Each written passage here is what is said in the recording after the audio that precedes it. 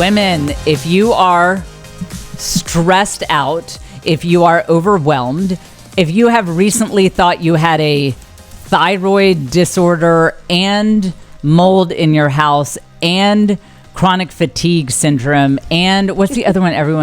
Parasites. Everyone thinks they have parasites now too. I mean, look, with the way my luck is, if your luck is anything like mine, you might actually have all of that. But if you have been feeling so weighed down by life that it is getting physical and it makes you wonder if there is something physically wrong with you, I am here to solve this for you. This is especially for moms because I think moms have a lot of things going on emotionally that can lead to physical consequences and make you feel like you have a massive thyroid / mold / what are the intestinal worms everyone thinks they have now? It's not ringworm. Well, whatever. If this is I spend too much time. I spend too much time researching medical stuff and all that. People are like, I need to do a colon cleanse. Like I did this cleanse and listen, it was amazing. I could not get off of my toilet for an entire day.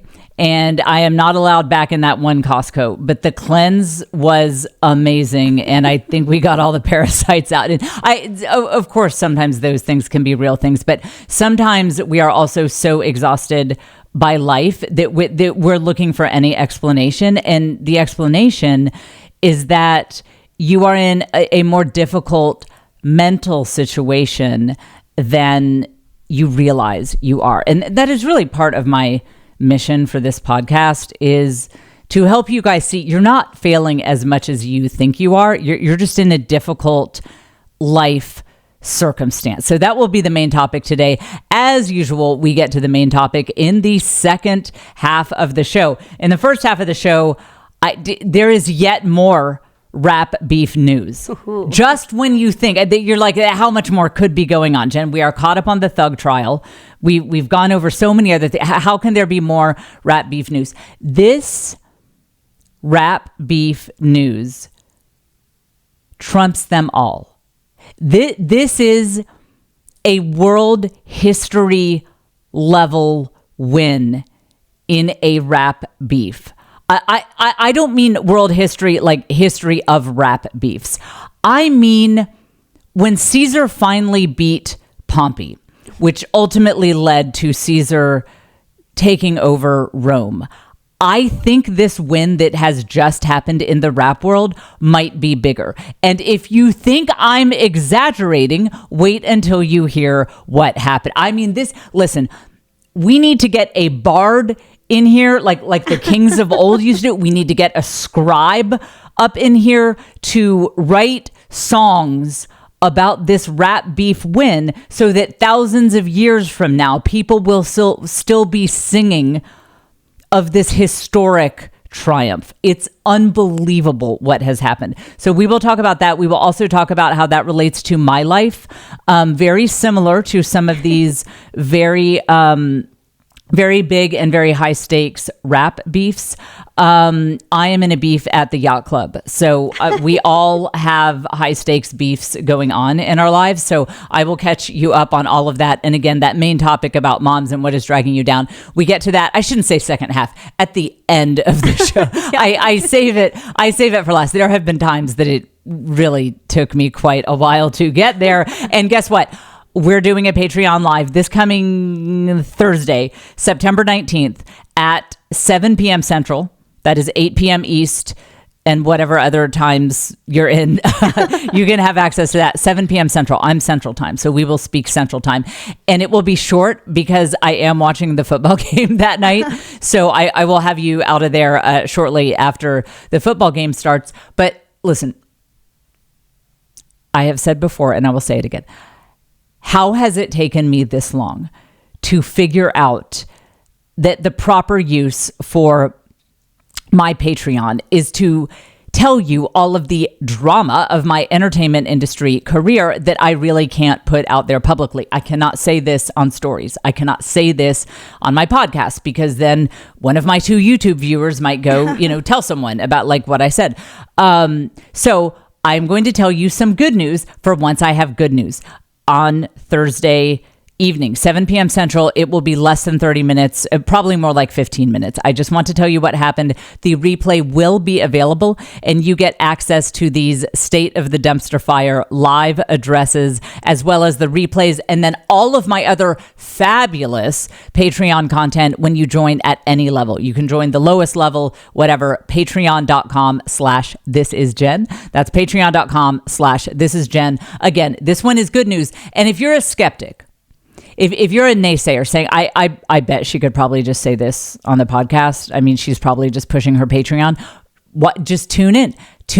See if you think I could have said this publicly when I tell you on the Patreon. And I will say, I am having a very high level of trust for my, for my Patreon subscribers. I truly am putting a fair amount of trust that you guys are not going to repeat all of these things that I have been saying. Usually it's trash talk.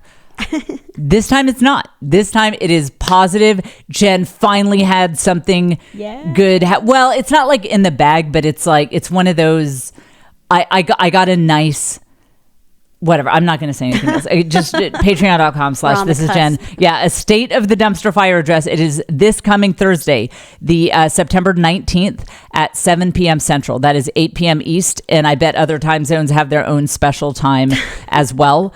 You know, I can look up Svalbard time. Oh, I'm adding this to the topics.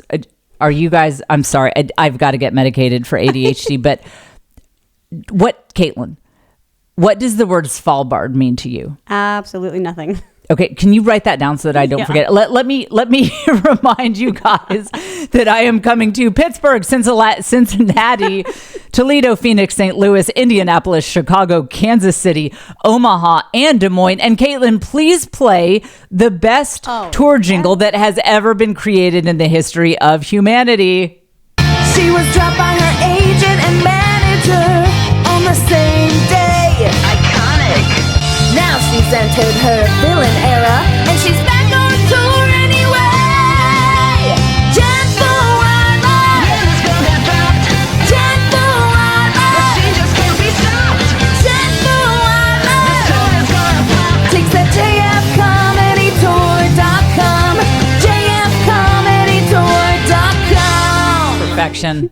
Perfection. I was surprised when I heard the finished product. I was amazed by that. Welcome to the Jen Fulwiler Show. We are coming to you from Austin, Texas. I am your host, Jen. I am a best-selling author, stand-up comic, and mom of 6. I had 6 babies in 8 years, and I lived to tell the tale. This is the podcast where you are reminded that you're not failing as much as you think you are, and you learn the art of the village hustle. That is being a hot girl boss who knows that love and family and community are the foundations of all true success. I'm your host, Jen. Caitlin White is our lovely producer, and I just realized that the coffee cup I have next to me is from 3 weeks ago. Don't look at this. Don't look up my YouTube. Do not go to jfonyoutube.com. This is so disgusting. This is from 3 weeks ago. There's mold floating in the top. This is why I don't have any subscribers on YouTube, because I put things like this on there. But that's me. That is where my life is, that I almost grabbed this to drink from it. I almost grabbed my pulsating blob of mold that is in this cup next to me, because that is how much I keep my life organized. So let's get back to what matters. Svalbard.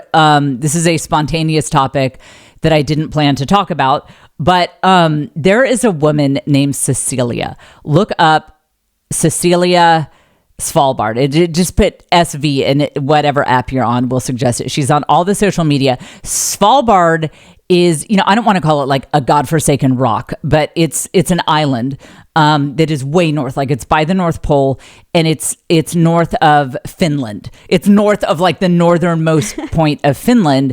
And so this woman talks about what it's like to live there, and she's like basically right by the North Pole. Like, they are headed into months and months and months of darkness, and like that they. So I found out Amazon ships there, which is surprising. Yeah, there aren't that many. Yeah, but you can't. Amazon ships there, and I have this weird relationship to it. What made me think of it is, look, on my weather app, I actually added. You can see this on YouTube. I actually added Svalbard. I keep up with the weather there because I I have a weird, and I think this is why Cecilia, she's blowing up. She's publishing a book. She's very popular.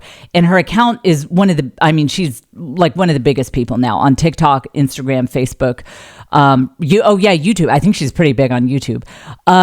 Because she talks about, what is it like to like live on a rock by the North Pole? It's not a rock. I mean, it's an island, but, and I keep having these moments where I'm like, I think I want to move to Svalbard. And that's how I know I'm getting really overwhelmed with my life, because it is. So she's got this house and it looks so cozy, but then she mentions they just now installed a shower. She just says in passing, she's like, before we installed a shower, I would go into the village to shower. So, there's maybe I was romanticizing life on Svalbard a little bit, but her house is on the coast. And then, and whales come up. So she'll be having her morning coffee, looking out at the ocean from this island by the North Pole. And then they're just whales, all sorts of whales just out there. And the water's super cold. And of course she has a husky dog just staying on brand. And then you walk into her house and she has candles and it's cozy. And it's like, nobody can visit you or contact you. Even people in your town can't spontaneously stop by during the winter because it's too, they'll die. They'll just turn into a block of ice if they just try to go outside. I mean, like Siberia is these people's Cancun.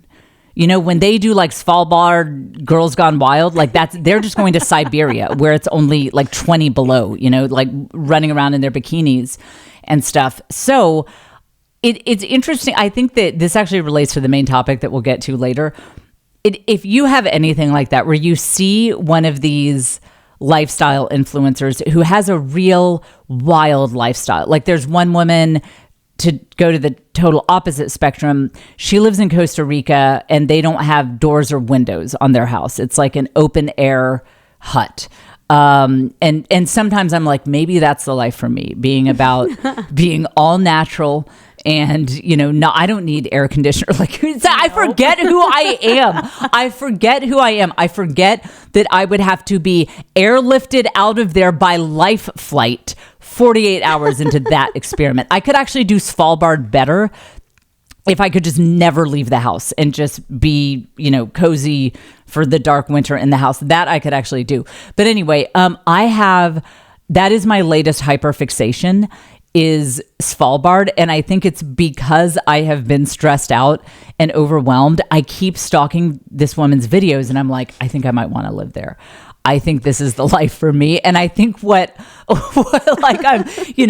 like, okay, so houses in Svalbard are rustic. They don't always have showers or plumbing, but maybe I don't need that. Maybe I just need my negative 30-degree high temperatures and watch some whales out my window. And like, this is fine. I think I can make this work. I think I can do this.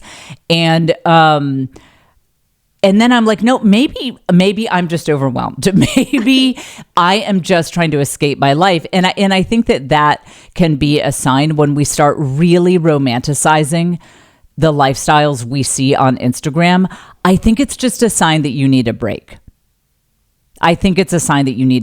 Even if you're jealous of normal stuff, like, oh, that friend of mine she's in Paris. I mean, does anyone really want to go to Europe? It's like you have to stand in line at customs for so long, and then the hotels are never as nice as they are in the US. Like, if you're romanticizing anything you see on social media, I'm telling you, you're just overwhelmed and you need a break, and you need to figure out what would recharge your batteries and go do that. Like, I guarantee you, when I am done fighting the Battle of Thermopylae here to salvage my career, which is, by the way, why we had a replay last week, because I was just I'm so busy fixing everything that fell apart 8 weeks ago. I think when I'm done with that and I get a little bit of breathing room, I think I'll take Svalbard off of my weather app. And I think I won't stalk Cecilia's accounts every single day, because I think I will have that out of my system and I'll be like, yes, maybe my suburban American life, that I can barely survive that. I'm so delicate and fragile. So maybe moving to a windswept rock by the North Pole, maybe it's not the solution. So, and then the final thing I will say on that is I have seen people who like they move a lot. They switch careers a lot. Lord knows I've done many career switches, but I mean like a lot. And it's always like, we need to move to this new city. We need to start fresh. We need to be homesteaders, or we need to not be homesteaders. Like, we are homesteaders. We need to move to the city. Sometimes I think if we are yearning to completely burn down our lives, sometimes that can be a good thing. Joe and I have done that. Sometimes that is called for. Sometimes, though, you're just really overwhelmed and you're trying to avoid dealing with the problems that are in your current life because they are horrific. So just tuck that away. There is a time and a place to move to Svalbard, but you want to make sure that it's not because you're ultimately trying to escape yourself, which is, I think, why I have been, harboring this fantasy. Okay, so don't forget Patreon Live, where I will tell you finally the good news. Something nice happened to me in my career. Thursday, September 19th, 7 p.m. Central, and you can join at any level.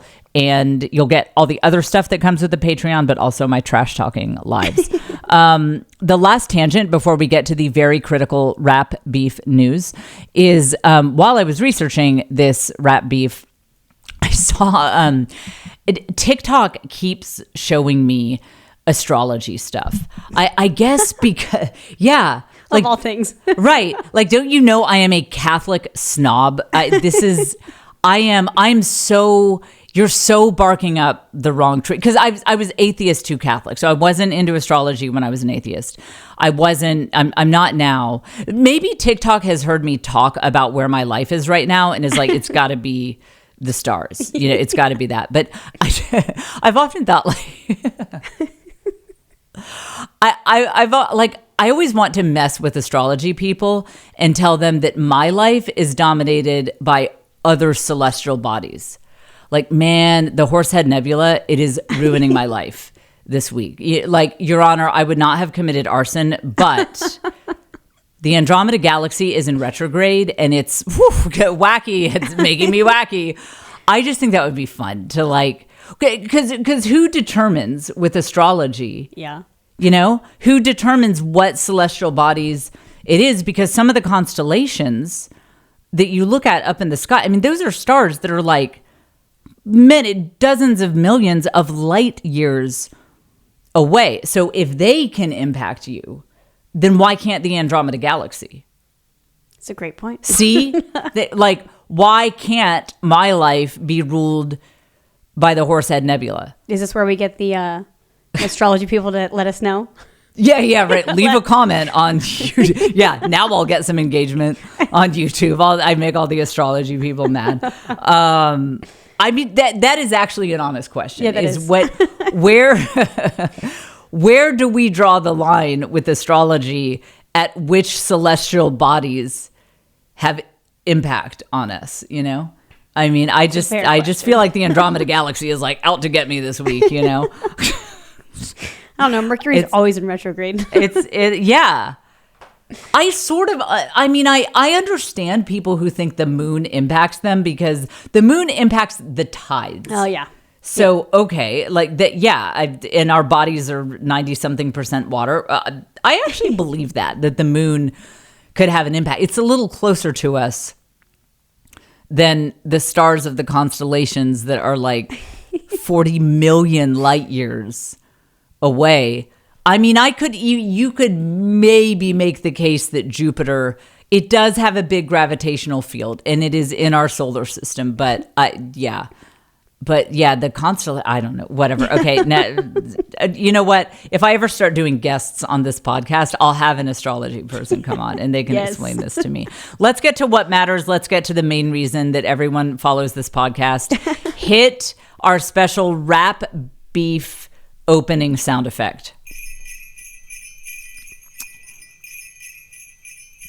You thought that it was hyperbole when I said this is like a Julius Caesar level win to a beef. I just think I think it's going to be hard to beat this one in world history. I mean, yeah, sure, becoming the ruler of Rome, like, okay, but that's one city, you know. So let's compare here. So you all know, if you have followed this podcast or heard anything in pop culture, that Drake and Kendrick Lamar have had this massive beef going on. For your instruction, if you are a new listener, episodes 206, 207, and 221 of this fine podcast discuss that. So in your podcast app, you can search like just search the number. It should come up. 206, 207, and 221. One of them, sometimes my brain goes on overload and I kept using the wrong names. Like I said Drake when I meant to say Rick Ross or whatever. So it is like you have to have galaxy brain IQ to track with some of these, but you'll get the idea. Episode 206, 207, 221. Okay. So what we're focusing on today, there's actually not much new in the Young Thug trial, so we can all take a breather on that. Now we're back to Drake and Kendrick. Okay. So we thought that was mostly done. For a while, it looked like Drake was really ahead. He published what I think is one of the greatest, in my opinion, I think it might be the greatest diss track of all time, Push-Ups. No one else agrees with me on that. That's my personal opinion. But, and when Kendrick didn't respond immediately, people thought, well, Drake just won. Kendrick came back like a supernova. And when Kendrick came back, anyone who had been grumbling that this might be an industry beef, something that their record labels encouraged them to start to like sell some albums or whatever, everyone was immediately pretty clear that was not this. Kendrick started insulting Drake's family. Well, they insulted each other's families, but in Not Like Us, one of probably Kendrick, Not Like Us is Kendrick's biggest hit, maybe ever, certainly in recent years. And it is certainly considered the winning song of this ongoing rap beef. He calls Drake a pedophile, like as the actual word, as part of the lyrics. It is part, like that word is in there. And then the famous chord that people are singing this in clubs all over the country when Kendrick is talking to Drake in this song. And he says, "You're trying to strike a chord. It's probably A minor." Get it? Chord A minor. But so, and that goes back to Drake has a history of his Instagram DMs with girls who are maybe 16, 17. There are lots and lots and lots of rumors about that. That is what there's a reference to. There were some rumors about him trying to message Millie Bobby Brown when she was on Stranger Things and like 16 or something that he was messaging her. So there were those rumors. And that is what Kendrick is referring to. And when people, that first word, I'm not going to say it a lot so that if you have kids in the car, they will not ask you what this word means.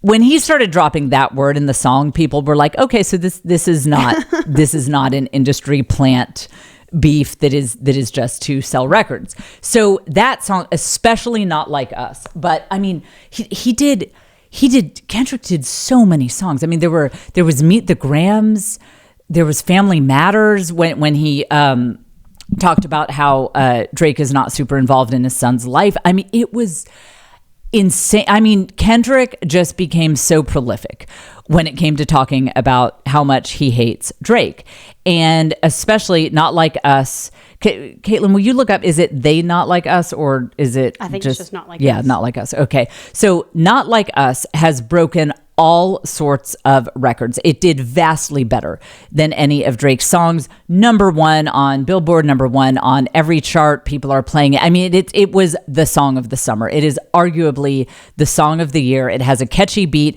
Can't play it for you because I'll get kicked off of YouTube. Is it just Not Like Us? Yep. Okay. So you would think, well, that is a pretty big win, right? I mean, you can't win bigger? How could you win bigger than that? How could you win bigger than that? Just to have that be the biggest song in America, and people are screaming the P word about Drake in clubs and in establishments all over the country. How does it get bigger than that? Kendrick Lamar is headlining at the Super Bowl this year, and almost whether or not he even wants to, he has to play that song. That is his big hit. You can't play the Super Bowl and have a song that is super hot and fresh and recent and not do that song. But think about he is going to be on stage at the Super Bowl where the entire United States and half the world is focused on this, calling Drake the P word and saying like trying to strike a chord. It's probably A minor on stage at the Super Bowl. Oh man. Has anyone ever won a beef on that level? The whole song is like, he is talking to Drake. There aren't lyrics to this song that aren't speaking to Drake about how much he sucks. I mean, he's like, I hate you like I'm young. I hate you this way. I hate you in this way and that way. I mix up his songs, but I think this is the one where he talks about how Drake is not really black and and talks about his cultural background and all. I mean, he goes into the whole thing. It would be like if someone who hated you, let's say that your name is Bob, and if they wrote a song called Bob Sucks, and it was like, Bob is the worst, Bob got fired from his job, Bob has like 4 charges against him that he never talks about, but here's what the 4 charges are. Bob was arrested for indecent exposure, Bob, blah, blah, blah. And then this guy who is your enemy is invited to sing that song at the Super Bowl. I mean, there just has never been a beef won on this level. And so you think, well, there's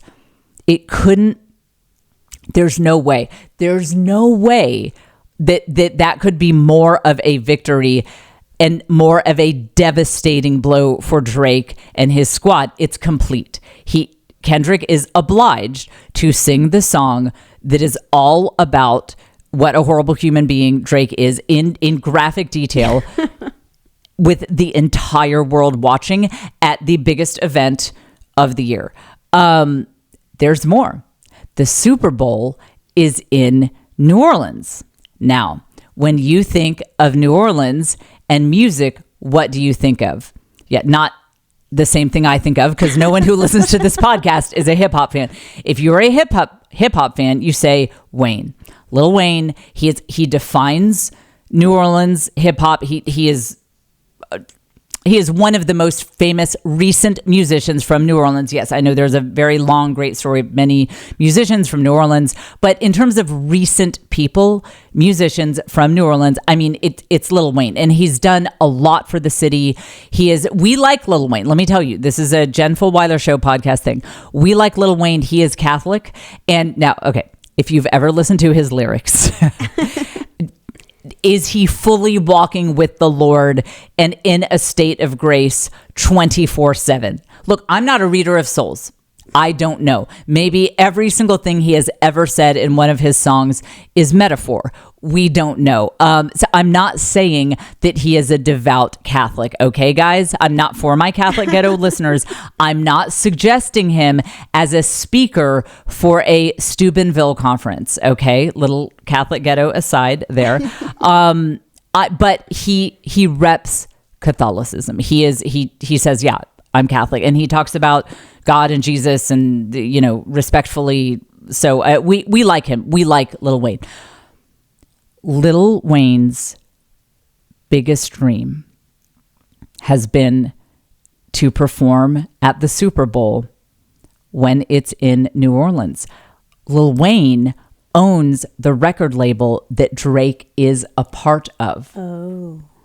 Lil Wayne and Drake they're kind of on the same team because Drake is part of Wayne's label. Caitlin, play this clip. Play the first clip where Lil Wayne is being interviewed. Is this the clean version? Yes. Right before we started this recording, I was like, "Are these clips clean?" No, they were not. So I think this is the clean version. This is Lil Wayne was on a podcast, and this is him talking about his dream of doing the Super Bowl. The Super Bowl is in New Orleans. I think it's in 2025 or something like that. He's doing it. I'm not sure. I'm not sure. Come on, man. Say it, Wayne. I don't. They know. I will not lie to you. I have not got a call. Hey, Jay, like but I'm camera folk, Jay. But we all praying. We praying. We keeping our fingers crossed. I'm working hard. I'm gonna make sure this next album and everything I do is killer. So I'm gonna make it very hard for them. I want to just make it hard for them not to pick holler at the boy. And I think the smoke you see in the room there is actually incense because he is Catholic. I think that's what all the smoke definitely is. That so wasn't that so sweet and vulnerable? Where he called his shot. Yeah. He called his shot. Lil Wayne was like, I'm going to try really hard. Let's pray. Hey guys, could we pray? And then it was announced that this guy who has been trashing the biggest star of Wayne's label, who is not from New Orleans, who has nothing to do with New Orleans. Kendrick's background is Chicago and LA. He has done nothing for the city of New Orleans. Kendrick has done a lot of good things, but not for the city of New Orleans. He has been tapped to headline the Super Bowl. Lil Wayne was not tapped at all. And Lil Wayne is more famous than Kendrick. It's okay. People are going to argue with me about this. Not any of my podcast listeners, because you haven't heard of these people probably until today. But for those of us who are hip hop fans, I think Kendrick has had these spikes in his career where he'll get like very famous for a while and then kind of disappear. But Lil Wayne, my mother has heard of Lil Wayne. I don't know if until like last month she had heard of Kendrick Lamar. So I think that it was a massive snub is what I'm saying. I think it was a massive, massive snub to not have Lil Wayne headline or even be a part of it. Because they did that last year before. They constantly have all of these different acts that would have been totally fine and a nice little element of balance to do Kendrick and then invite Lil Wayne. It's his city. He could do some New Orleans related things. And then it also, with the rap beef, it represents kind of Drake's side of things. Well, if they wanted to get like double the Super Bowl viewing audience. If they had Kendrick and Drake performing, can you imagine? They just don't want ratings. They're like, no, keep your money. We don't want it. We're too rich. Keep your money. Man, if they had Kendrick and Drake at the Super Bowl, that would be incredible. Okay. So, listen to this. So Lil Wayne, he's so vulnerable. He's a sweet guy. I'm aware of some of his lyrics, but you cannot convince me that Lil Wayne is not a sweet guy. I'm not going to be convinced of it. So this was his reaction, hopefully with some of the language bleeped out.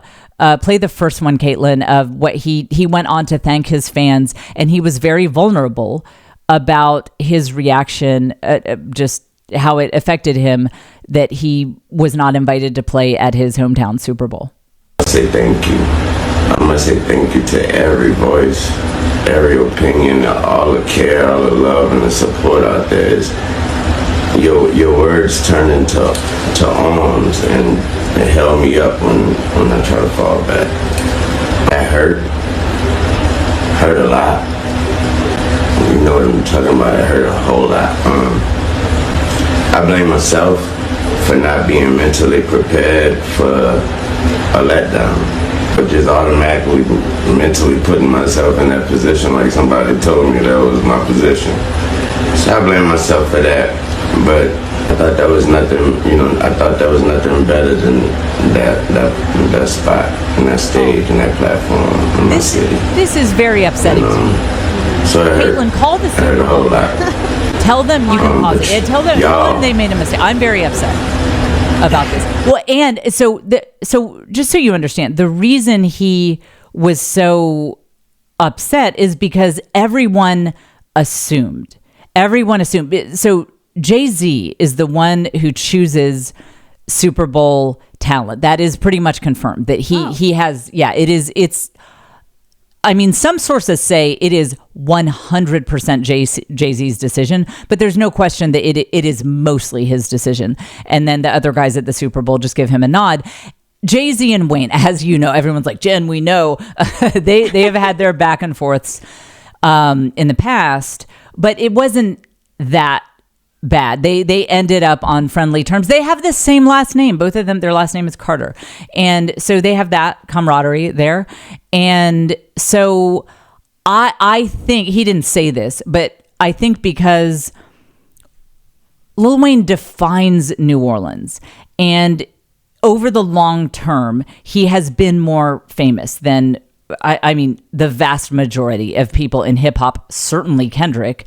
And he has been working hard to elevate his profile and keep his name out there. But just mainly because of the New Orleans thing, it's like I assumed everyone was like, yeah, I mean, Wayne would do the Super Bowl. Yeah, or at least be a key part of it. Maybe if you have a rock band or something, like Lil Wayne comes out to, I mean, it just makes so much sense. So that's what he was saying, is like, I just assumed, probably because he thought he was on good terms with Jay-Z. Watch for that being a future rap beef, because I have a feeling that Wayne is livid with Jay-Z now. I mean livid, because a lot of his fans have been investigating how much sway did Jay-Z have in this. And word on the street is, and I know you come to this podcast for what the streets are saying, word on the street is that this was 100% Jay-Z. And people can't entirely figure it out because they didn't. They're just surprised that he would snub Lil Wayne at that level. Okay, play the second clip from where Lil Wayne continues. Amazing reality. Like I said, it broke me, and I'm just trying to put me back together. But my God, have you all helped me? I feel maybe we can get him back into Catholicism, like get him someone in New Orleans, please invite him to mass, invite him to re-encounter his faith as part of this. Like, we can be like, Wayne, listen, okay, you weren't chosen to headline the Super Bowl, but there is a women's rosary conference in Cleveland. We're going to have like 48 people there. You can headline that, and we can, we can pray a rosary together, and that, it's something. I mean, maybe it's not a Super Bowl, but it's the Super Bowl of women's rosary conferences. So we are just we're praying for Lil Wayne, and we're shocked. We are shocked by this turn of events, but yet we also have to respect. No one has ever won anything like Kendrick Lamar just won this rap beef. This victory is complete. It is final. It is a death blow. I have said for a long time, I believe in Drake, and I do. I also believe that he probably does have a lot of ghostwriters. I think that claim is probably fair, but whatever, his ghostwriters are doing a great job. Like this, he produces great music. And so I've thought until this, I was like, oh yeah, Drake's going to come back hard. This'll be fine. After this, there is a tradition in old Christendom where if someone faced a humiliation that was so devastating, or that they lost a war on such a scale that was just their enemies just embarrassed them, and there was just no coming back from this, they would retire to a life of seclusion in a monastery. That is an old European tradition where you've been humiliated to the point that it's time to withdraw from society now and live out your years quietly with the monks on a mountaintop. I think Drake should consider this. I think he should consider living a quiet life of seclusion with some nice monks from here on out, because as much as I believe in him and his talent for possibly gathering ghostwriters, which I think is a talent in and of itself. Listen, it doesn't mean the guy's not talented. I think that is a talent actually in and of itself. Whatever it is, he has produced a lot of banger hits over the ages. And I believe in him, but I also believe that there's a point where you lose on such a catastrophic level that you got to hang it up, because your enemy creating a song about you that is filled with the most vicious type of slander that he can't even get sued for, because there is a little truth that there's some screenshots out there. This is not based on nothing.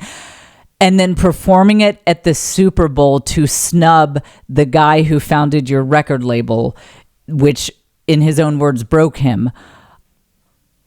Listen, there's some nice monks that I know I can put you in touch, Drake. I think it is time for that, because you don't come back from this. This is a world history level triumph. So that's the rap beat. That is the rap beef news. You can hit the sound effect for when we're done with rap beef news. And I can actually relate to this because we're members of a yacht club. It's a boat club. It's for people who like to sail.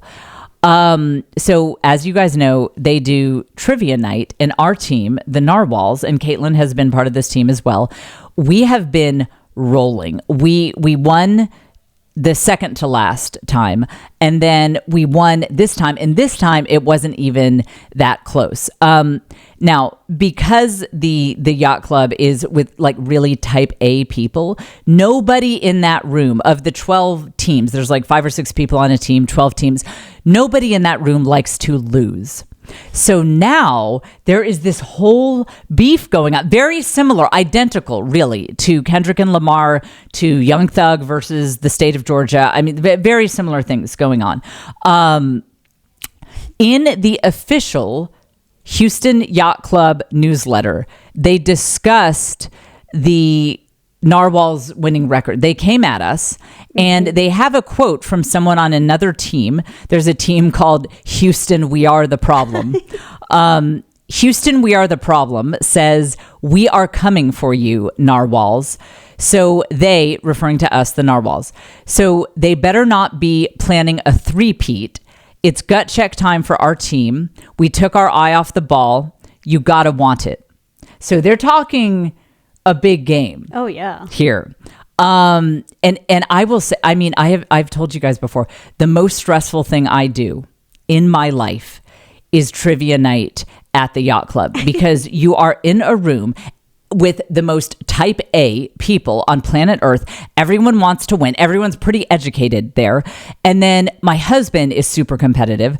I have this latent competitive streak that I don't know if anyone else has this, but it's like I'm generally not competitive until I am triggered. And then something can trigger me into the situation where I'm like, I will win or I will die. And I'm like, where did that come from? I'm not normally this person.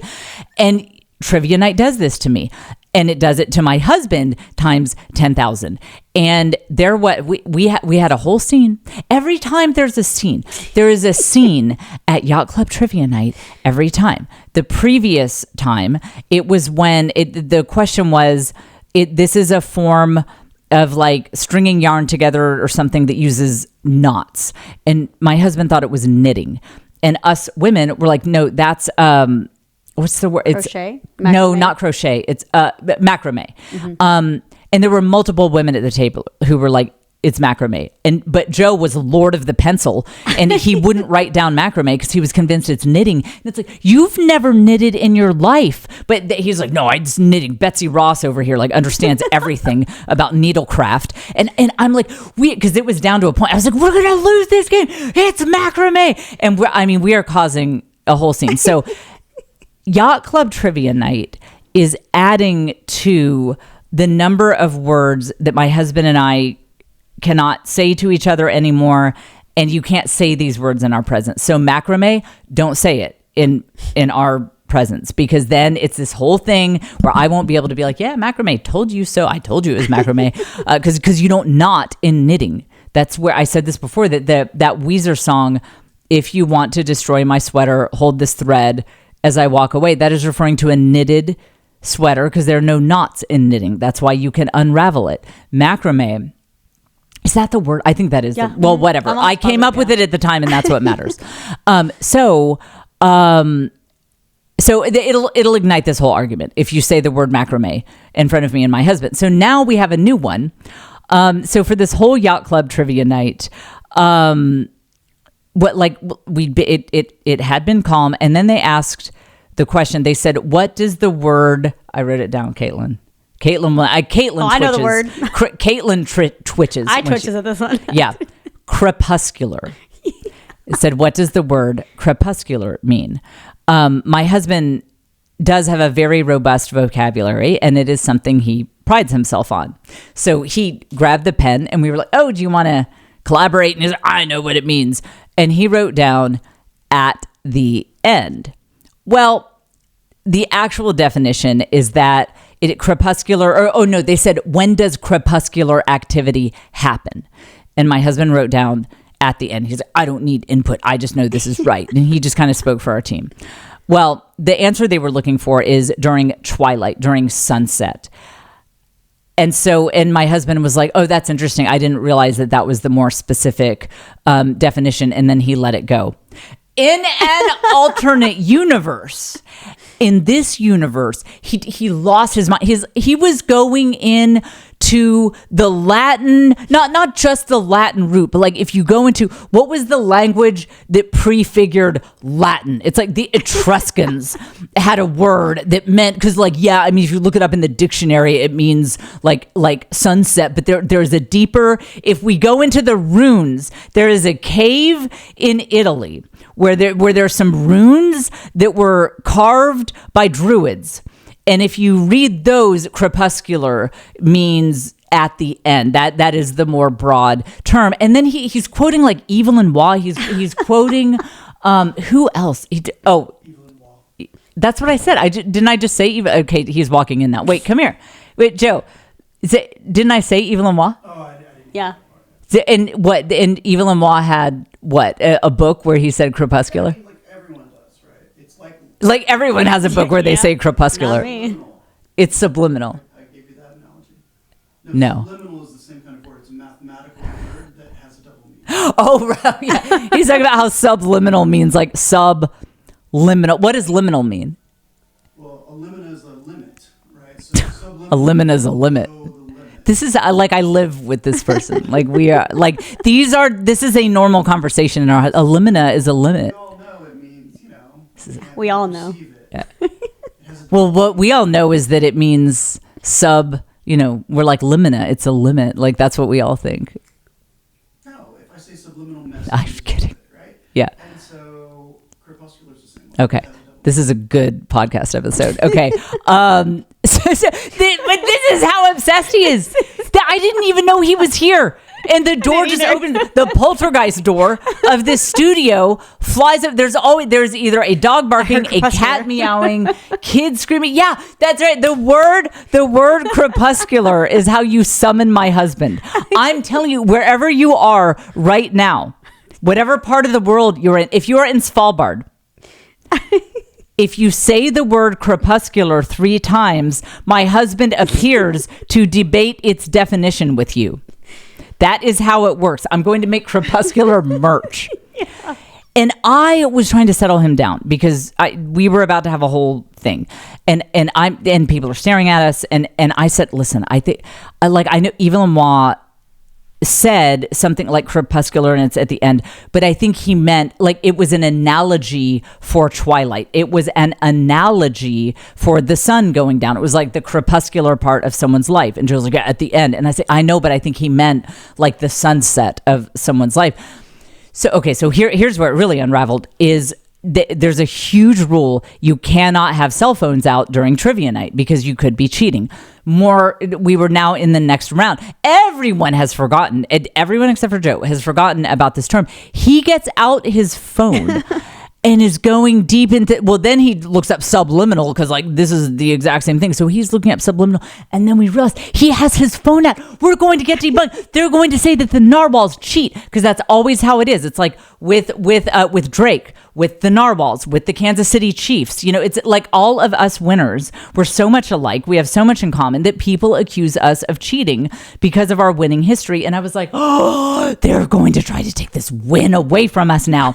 and so like I just about yanked the phone off the table and, you know, threw it outside. I mean, the most stressful thing I do in my life is trivia night. I have got to get a Valium prescription in order to handle this anymore. Like I cannot deal with the stress of trivia night. And I want to say, Caitlin saved it. She got a couple of really solid points for us. I am not kidding when I tell you the only thing I contributed to this, it's 12 questions each round, 4 rounds. This is not an exaggeration. I am dead serious when I tell you that my contribution to trivia night was when they said last summer the color inspired by Barbie was pink. What was the color this summer inspired by Charlie XCX? Maybe they didn't even say Charlie XCX. They said, what is the color for this summer? And I was like, oh, lime green, lime green, Brat Summer. So this is a TikTok thing. And when you are chronically online, like I am, because that's how I deal with the stress in my life, I know more about like what's going on TikTok than my Gen Z kids do. And so that was a thing on TikTok. It's Brat Summer. When I first saw it, I thought it was Brat Summer, like bratwurst. It's like, this sounds delicious. No, it was Brat Summer. And very different than Brat Summer. And so I knew that when I'm like, it's lime green Brat Summer. You can imagine all of these, you know, all the yacht club people, were not, we were the only team that got Brat Summer. So yeah, so we have Joe over here talking, you know, debating Crepuscular. And I have to admit, if they had said it was just green and not lime green or something, I would have gone Crepuscular on them. That would have become my Crepuscular. That is something that would get me exercised. If I were like, you cannot tell me what Charlie XCX TikTok trivia. I know. Like I spent 4,872 hours on TikTok this summer. You cannot tell me what Brat Summer is. So that is our marriage. That is everything you need to know about our marriage. That my husband was deeply invested in the deeper meaning of the word crepuscular, and I was deeply invested in not only answering the question about Brat Summer, but having a Brat Summer. And that is how I got dropped by my agent and my manager on the same day at the very end of Brat Summer. I ended up unrepresented. So next summer I'll have a Brat Summer. And I'll have a barbecue with like my new management team. No more brown. Yeah. Right. Yeah. I'll wear a burlap sack. No more Brat Summer for me. No more Brat Summer for me. The Patreon Live is this Thursday, the 19th, 7 p.m. Central. And I will tell you a bit of good news. And it'll be short because I am watching that game that is tonight because my whole personality is now football. Okay. That is also my latest hyperfixation. Okay, let's get into the main topic for today. As usual, we're getting to that here at the very end. Yeah, so isn't it interesting how many moms, they have very severe fatigue and even chronic pain, chronic conditions and symptoms and things that they're dealing with. And I would like to make 2 points here. One is just about the reason for your overwhelm, but 2 is that I think that this kind of overwhelm can lead you to have physical symptoms. And I think it's very important to understand that and to know that. And the more I go on in life, the more I really wish someone had told me and the other moms back when we were in our 30s, when we had younger kids. I really wish someone had laid this out for me back in the day. So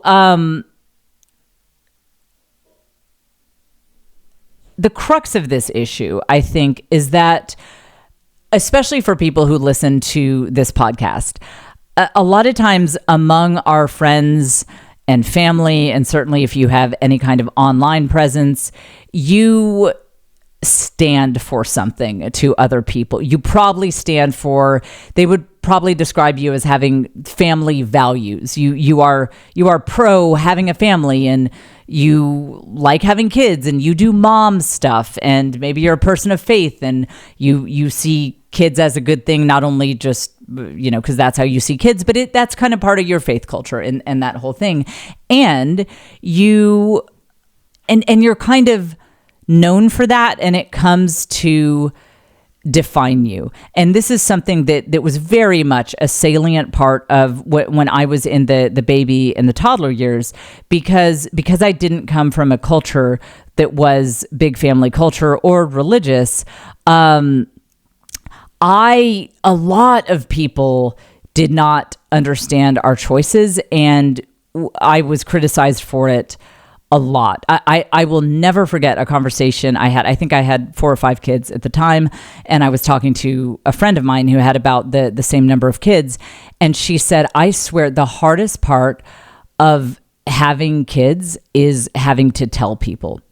She said, if I could just not have to tell people, or if I could tell people and get a positive reaction, it would just change the game. It would change everything. And I remember I got choked up when I heard that, because I faced so much hostility starting with pregnancy number 3. That one, I had some medical conditions that led to real uptick of hostility with that one. People did not think I should have been pregnant at that time, and they were not afraid to tell me that. And but then you just have a large number of kids after that, and the disappointment, the criticism, the hostility, the negative reactions that I got was very wearying. It was very, I really can't emphasize how much of a cross that was. And here's where it really comes into play. So you're surrounded by this world and this culture that says, you shouldn't have had so many kids in the first place for a bunch of different reasons. This was a dumb choice. And here in this day and age where we have the wonders of contraception, and Lord knows that's never caused any problems, this is all your fault. You could have chosen a different route. So we don't want to hear it from you. We don't want to hear any complaints. And if you complain about anything, then this is all you're doing is proving that you made a horrible decision. Let's pause for a second and just think about the absolute insanity of that worldview and how difficult it is to live in a culture that has wrong and insane ideas about everything. Let's take a step back for a second. Okay, Caitlin, hit the take a step back sound effect. You guys you're like a frog being slowly boiled in water. You know that analogy, in hot water, if you just turn the heat up a little bit. Sorry, that was a graphic analogy, but people make that analogy. It's you don't understand how much the culture you live in is wearing you out and wearing you down. So much, because there's so much insanity in our culture. I mean, on so many different levels, but there are these inconsistencies that will especially wear you down as a mom. Meaning, let me give you an example. So we live in this culture that really glorifies the high-tech startup mentality, the Elon Musk, being scrappy and pulling things together, and sleepless nights and chugging coffee and being broke and living in your friend's basement to do your startup. And that's super cool. But if because you're building a business. But if you're building a family, and that involves some years where you are broke and stressed out and chugging coffee and not sleeping a lot, it's that's insane. That's crazy. And they also don't understand that it's temporary. It's so funny. People will be like, well, I personally chose not to have more kids because it's just the sleepless nights are so hard. Like that's like max 2 years out of infinity years of like building this family. It's strange how people lose their concept of the passage of time when it comes to family. They even do it in the positive way. Like how many moms were surprised that I can't believe my kid is in this grade? It's like, why do we lose the concept that time passes when it comes to kids? And we do it on the positive side and we do it on the negative side. And so this is the situation you're in, moms. You're surrounded by all of these like, you should start a business and be broke and have sleepless nights. And you know what, ladies, that might even last for years and it will be very, very hard. But you're smart and a girl boss if you do that because you're investing in your future. But if you're like, oh, okay, cool. You know what I think I'll do? I think I'll do that with kids. I think I'm going to invest in my future of building a family and a legacy and a support system and a village and all that. They're like, insane. What if you don't get sleep? That I heard you complaining that you're overwhelmed. Well, that's because you made a stupid decision having these kids. They can't see the long term.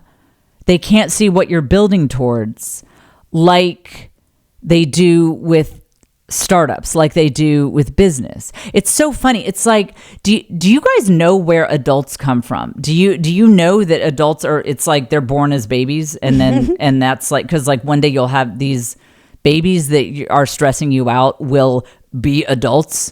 I think you guys don't realize that because you're always criticizing moms who complain about how it's hard having babies and toddlers. You don't sleep that much and there's a lot to clean up after. And people are like, well, that's just dumb. You just ruined your life. Like, it's the weirdest thing. So that is one layer. And this is why you listen to this podcast, because everything is multi-layered. So now this brings us to the second layer of it deprives you of the normal human desire to just talk about what you're struggling with and mention that. That is a good, healthy thing to mention that to other women, to your community, to just say, man, I've got a toddler who is a terror. And now I've got a new baby who's keeping me up. And oh my gosh, my older kid is having some behavior issues.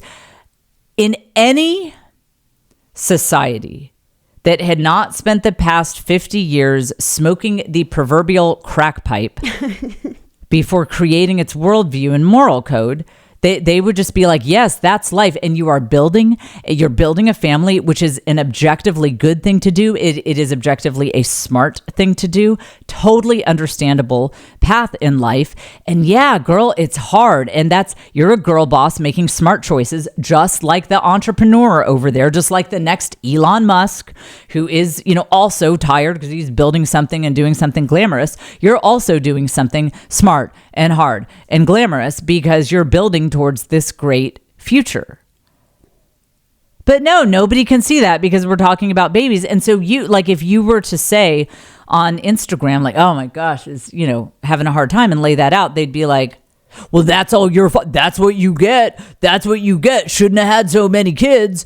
And I felt this all the time. I felt like, other than to my husband and maybe one close friend, I couldn't talk about what I was going through. Because then the other thing that we've talked about in previous podcast episodes is that our society conflates love of your children with love of the work that goes with having children. So if you're like, man, I hate sweeping, I won't do it. I don't even know what a vacuum is. I don't plan to learn. I'm going to rob a bank to afford some housekeeping. Like, I don't even care. I'll become a scammer. But I have to afford housekeeping because I can't do this. I hate all this cleanup. I hate being tired. People are like, oh, I didn't realize you hate your children.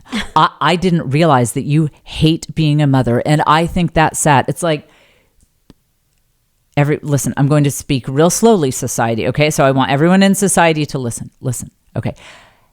Hating housework is very different than your feelings about your family.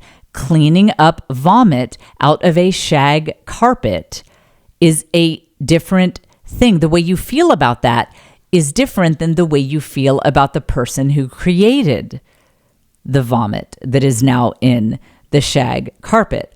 So my first bit of encouragement to moms who feel that tension of like, this is not for me. This baby stuff, this toddler, all the mess and the noise. I am not cut out for this. I'm losing my mind. It's not that you don't like having a family. It's certainly not that you don't like your kids.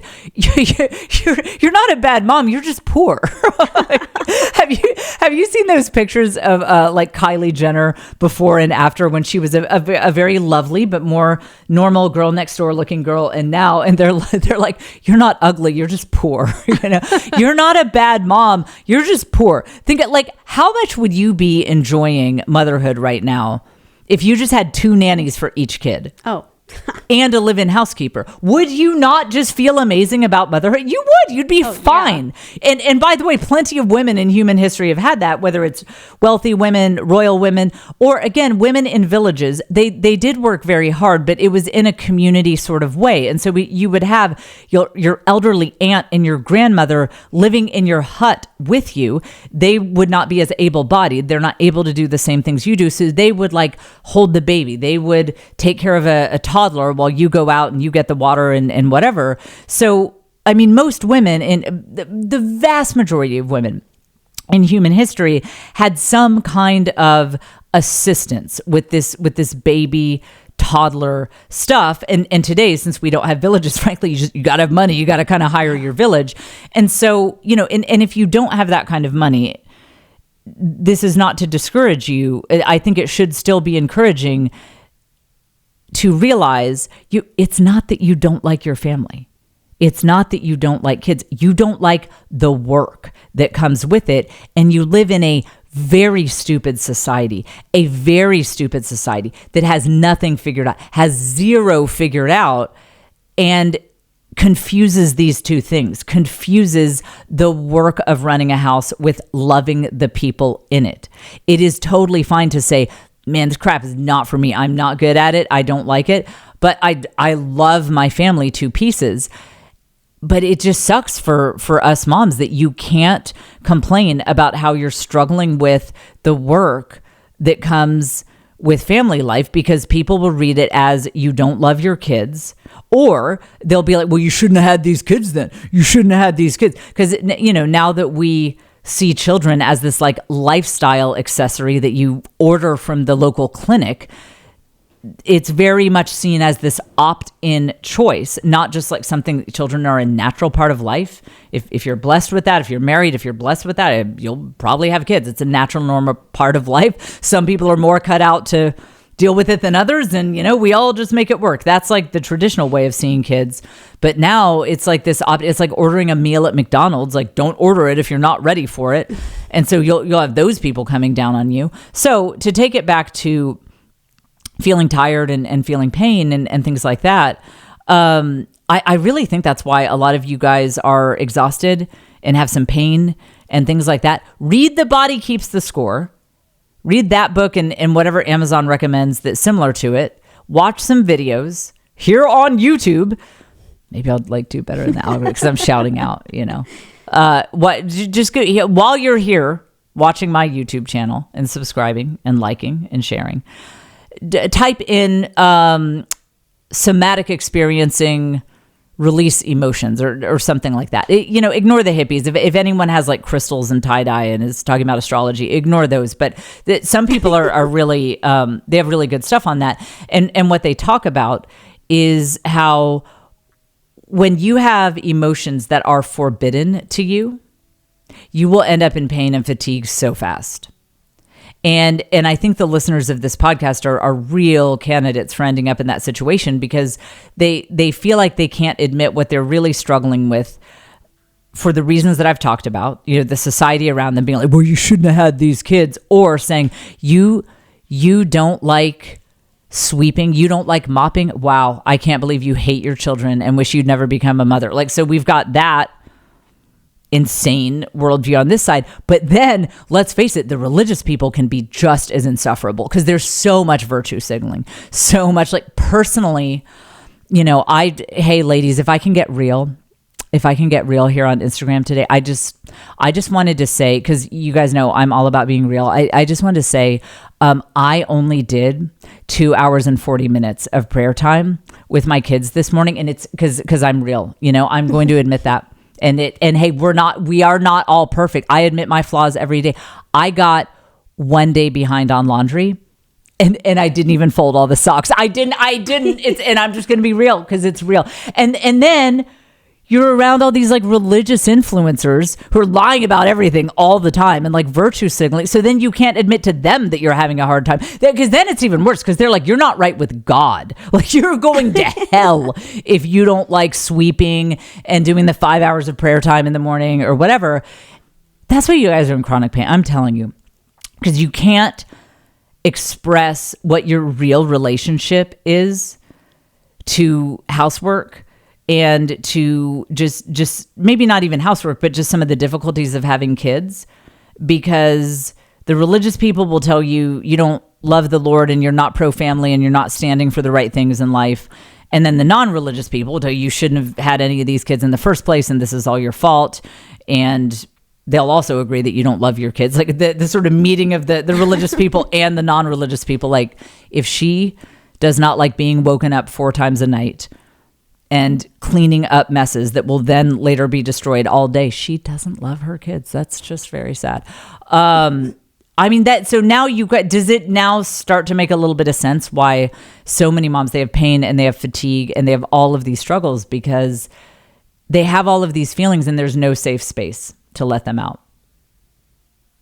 There is no safe space to let it out. And that is a recipe. Read Dr. Sarno's books. Look at any book by Dr. Sarno. That is a recipe for pretty serious pain and fatigue, because you have all of this like frustration and anger and rage, all of these big, heavy, wild emotions, and you can't tell anyone about it. And in your own mind, they're forbidden. That's why a lot of the mind-body specialist people, they talk about the divided mind, because you have to cordon off that part of your mind that's like, this is miserable, dude. Like this, I want to cry every night before I go to bed because I'm so overwhelmed. But that's a forbidden thought because you think it means you don't love your family. That's a forbidden thought. And so your body reacts to that by just like making you exhausted all the time and giving you back pain and giving you migraine headaches and that sort of thing. So I've solved all your problems. There you go. But this is a lot of life experience, both on my end and having seen a lot of friends go through this, that at least consider it, that maybe the fact that you live in a really crazy culture that has everything wrong and leads you to have emotions that you don't fully admit are there, that could be part of why you feel exhausted all the time. And the solution is to start being honest, at least with yourself, and realize you can love your family infinitely, just like more love than you ever thought was within you, and still feel like, gosh, I am not looking forward to tomorrow because it's just toil. It's just toil. So let me end by repeating what I said earlier. Let me leave you with this. You're not a bad mom. You're just poor.